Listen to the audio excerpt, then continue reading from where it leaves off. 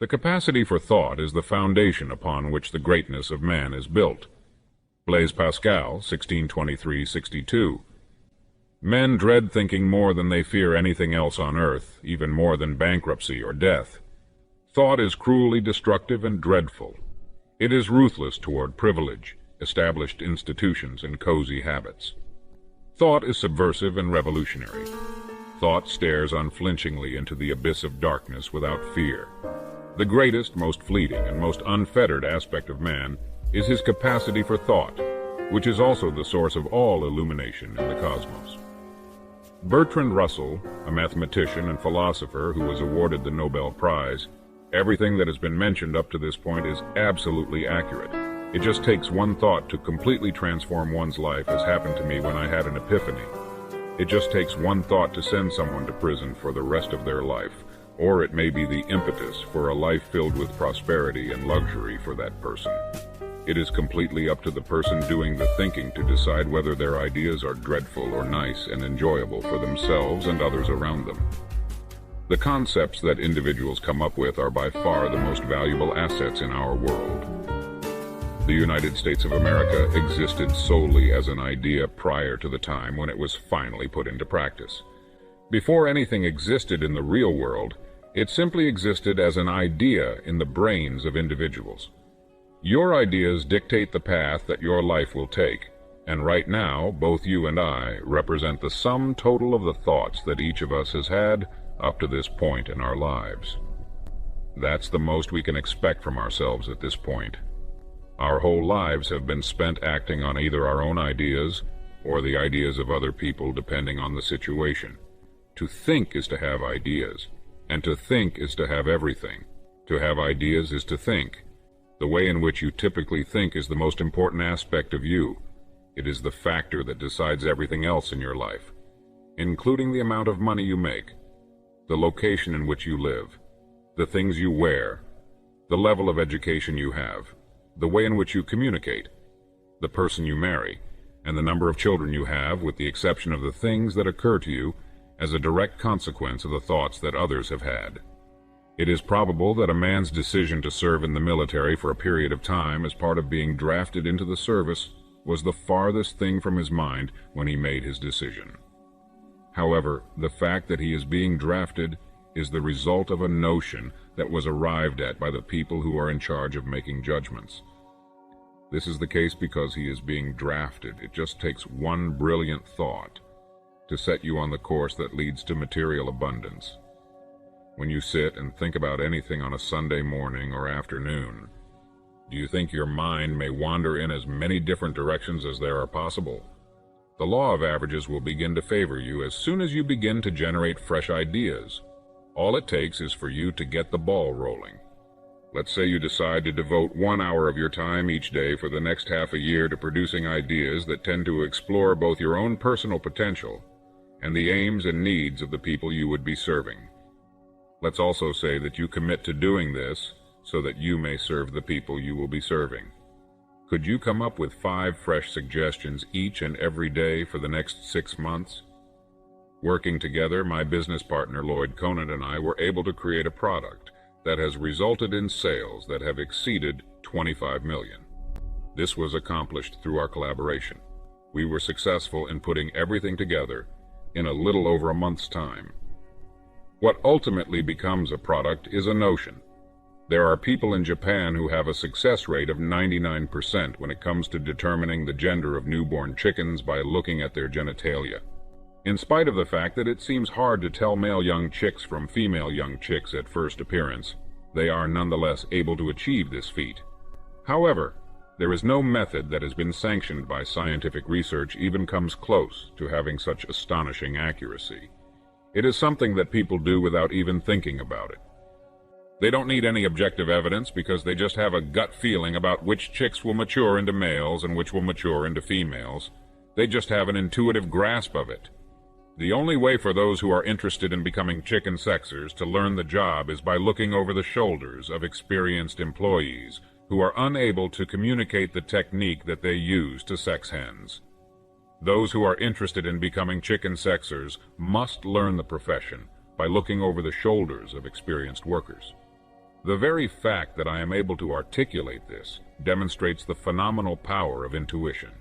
It's conceivable that the most effective method to generate really wonderful ideas is to allow our intuition and intellect to collaborate as guides in the process. This is an intriguing possibility. You should make it a habit to have a folded piece of paper and a writing instrument with you at all times over the course of the day. This should be something that you do automatically.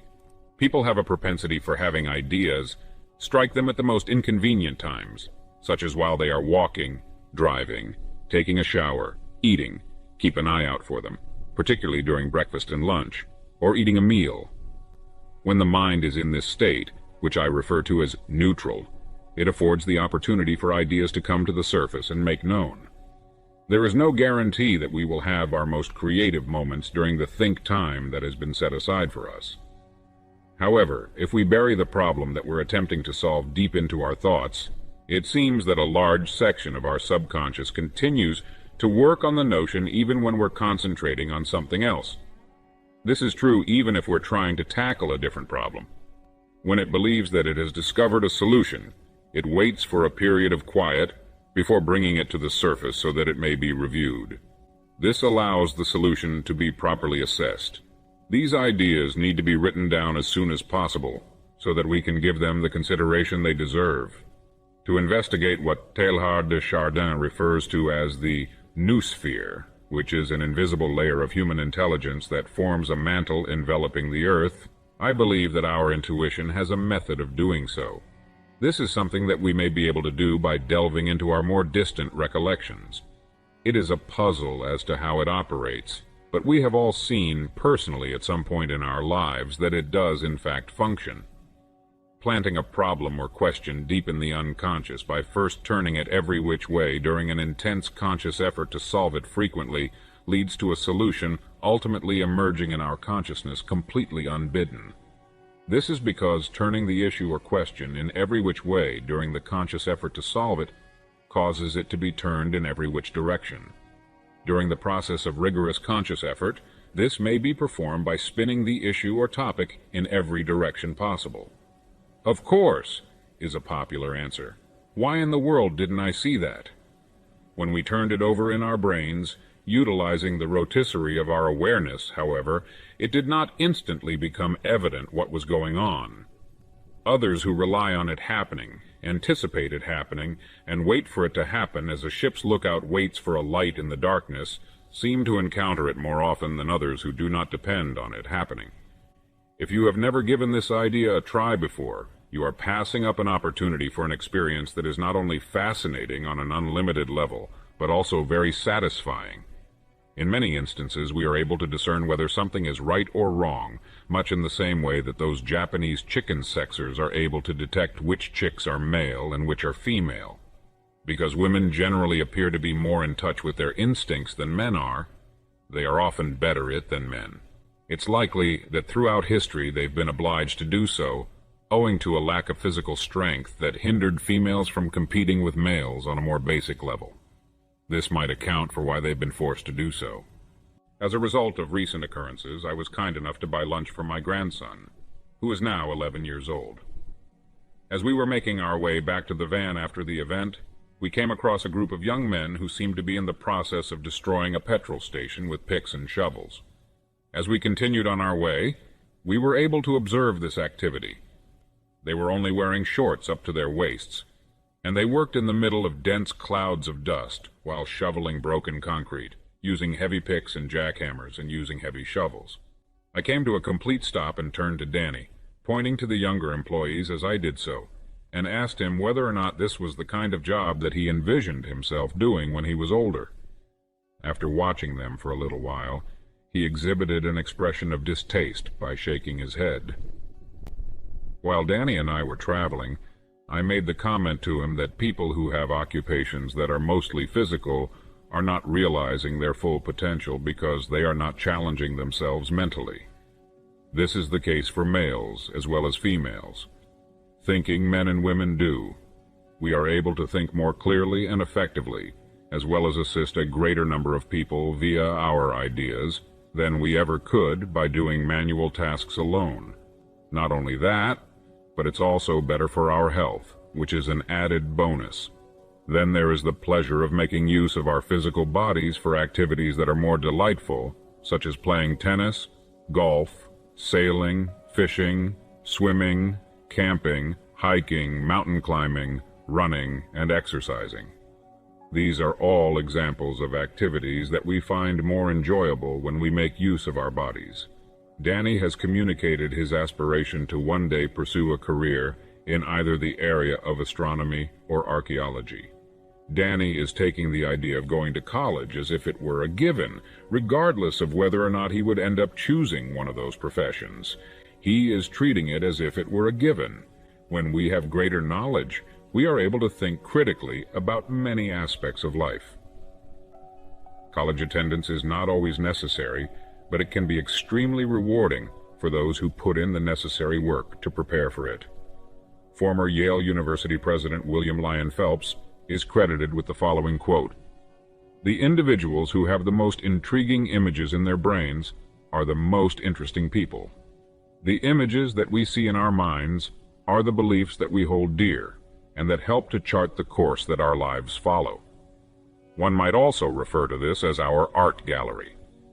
And interestingly enough, after we reach the age of 40 or beyond, our features often become a reflection of that art gallery. We are instructed that beyond the age of 40, the appearance of our facial characteristics is fully up to us to decide. It seems reasonable that the information that is included in our books should also be included in theirs. Because of this, a lot of people who are middle-aged or older are lovely and appealing, but a lot of them aren't, and unfortunately, we see a lot of people that fit into the latter group. The second option is that over their whole lives, they have not been able to assemble a collection of ideas that reflect pleasure, satisfaction, and a positive perspective on the future. This is the case if they have not been able to construct a collection of happy thoughts.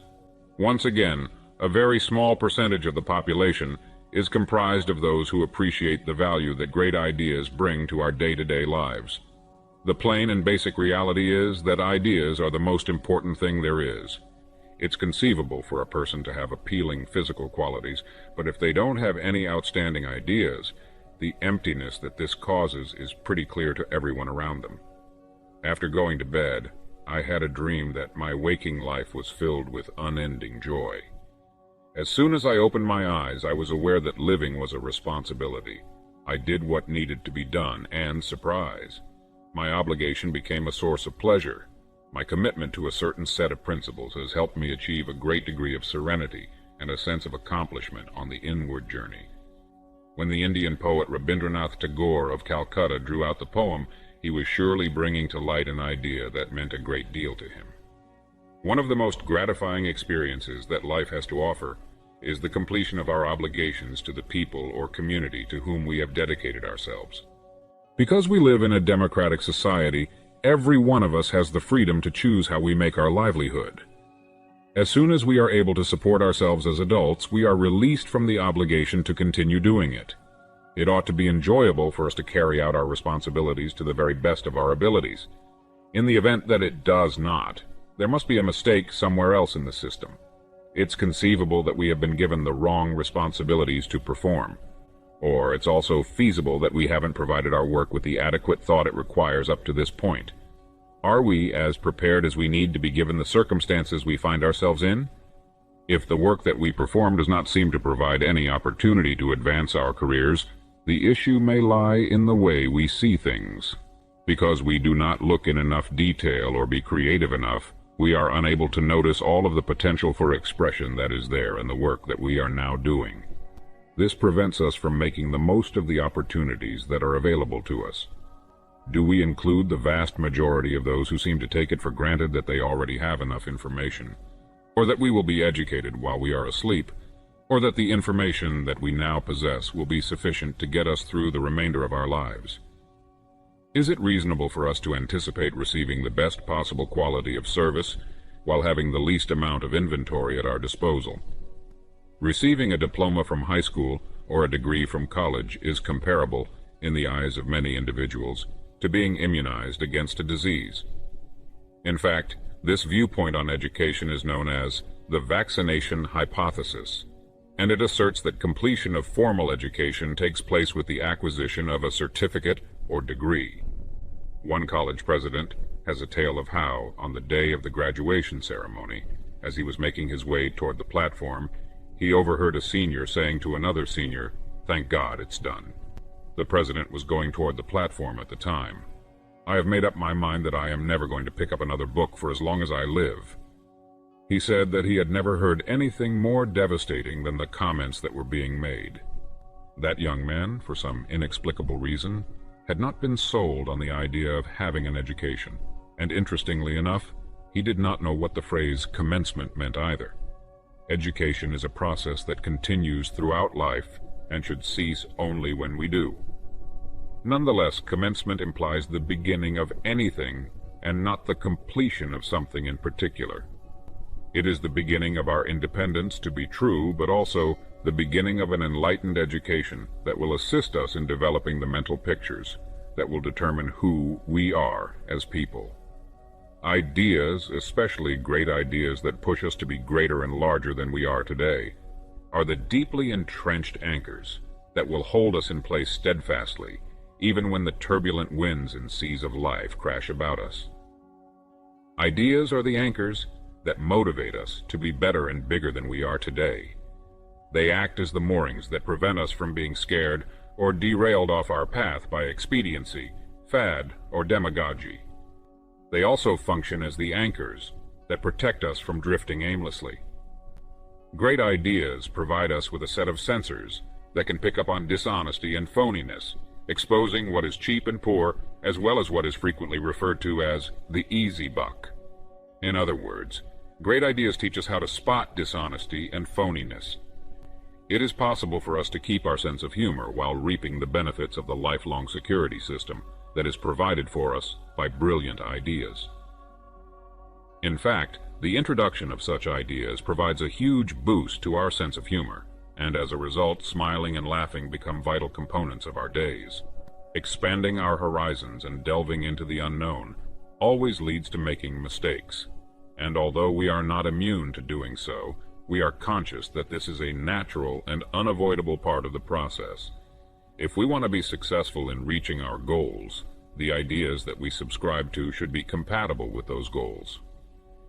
What precisely does the term concept mean?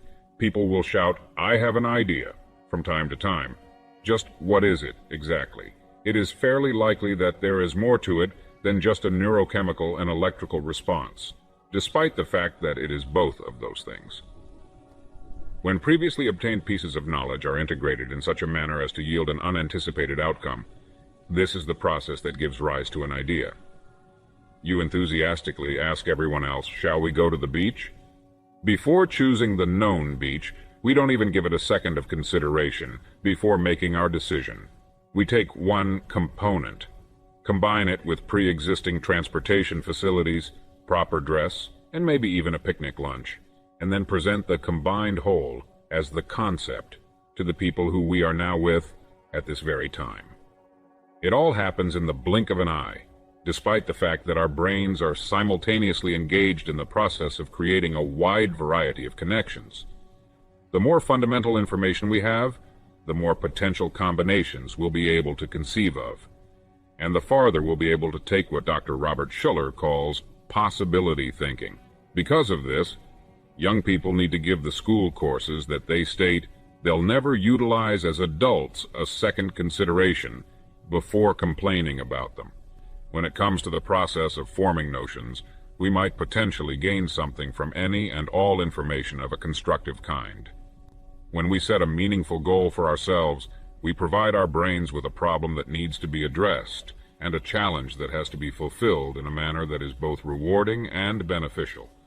Instantaneously, the mind begins to work, deep inside the labyrinthine interstices of its infinite potential, in order to seek the information we need in order to turn that concept into a reality.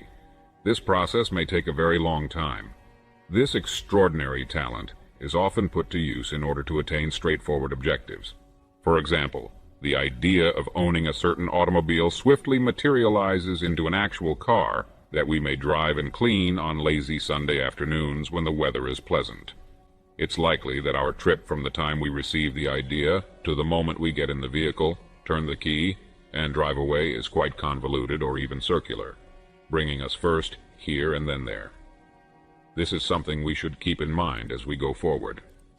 We might have saved ourselves a lot of trouble and made the process a lot less difficult if we had just paid attention to the guidance that keeps popping into our brains. On the other hand, the majority of the time we create obstacles for ourselves by disregarding the guidance that is provided to us, only to discover at a later time that it would have been an excellent strategy to reduce the amount of work that was required of us. However, in the end, the notion, which was previously ethereal, materializes as sheet steel and glass in addition to upholstery and rubber, and it also sometimes causes soreness in the neck. Although it will take us 3 years to pay for it, we will finally be able to make the notion a part of our everyday lives. This strategy for reaching our objectives is the wellspring of everything great that enters our lives during its course. It is the driving force behind our success. Quite frequently, it entails nothing more complex than a trip to the grocery store, a phone conversation, or an instruction issued to a teenager. The actualization phase occurs after the idea phase. It is still the same process that will end in satisfaction, even if our ideas increase in degree, cost, and complexity. Alternatively, they will be frightened off by shyness, reasoning, or on occasion just plain good common sense. It is still the same process that will end in fulfillment.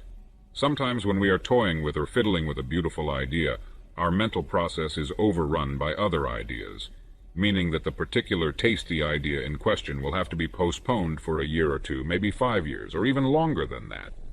This means that the idea will have to be shelved for a longer period of time. Our style of thinking informs us. Yes, it tells us that we have made the sort of quantum leap that is out of place if we are going to stick to our present objectives and ideals. If we are going to adhere to our current goals and ideas, this is problematic. If this is the case, then this is something that can be deduced from the way that we think about things. The ability to put off satisfaction for a longer period of time is generally seen as a sign of maturity. As a result of this, it is strongly suggested that the list be compiled on paper. However, this does not exclude the possibility that any of the things on the list might be subject to improvisation. It is not at all unusual for us, as we discover how fast such a system affords us fulfillment of our goals, to update our list to include levels that we may not have originally imagined were within the realm of possibility for us. This happens because we are learning how quickly such a system provides us with fulfillment of our objectives. In fact, it is not at all uncommon for us to realize how easily such a method enables us to achieve the objectives we have set for ourselves. This strategy is used on a daily basis by millions of people who do not give it a second thought and who have no knowledge whatsoever of the procedure at all. Once a system has been well understood and verified, it may be used for any and every goal-related information that is given serious attention. This opens up a lot of possibilities. All that is asked of us is to provide it to the system and let it handle it from there. In order for us to make use of the system, having an in-depth understanding of everything that goes into it is not required. When we make an attempt to examine and grasp each and every phase of the working process, we have a propensity to get in our own way, which in turn limits the potential accomplishments we are capable of achieving. It serves its purpose well. Just let things alone for the time being. Even though the process of thinking itself is within our control, the content of our thoughts determines who we are. It is hard to put a number on the degree to which people consistently underestimate their own talents, as well as their potential for accomplishment. We don't give a second thought to the accomplishments of other people, which is another way of saying that we don't normally place a lot of weight on what other people are able to do. When it comes to setting goals for ourselves, though, we have a propensity to be extremely careful, and as a consequence, we prefer to stay within parameters that are excruciatingly constricted. This is especially true if there is some type of maintenance program that is presently being carried out, since this makes the situation much more relevant. That is to say, if we have a job, even if it is a job with very few needs put upon us, we will typically cease making any further efforts to prepare ourselves for the future. This is true even if the job has very few duties placed upon us. 1. Work of far better quality and a much more interesting variety. 2. Any sudden and unanticipated emergency that could occur. I remember very well seeing a television news program in which former workers at a Navy yard that had been deactivated were being questioned.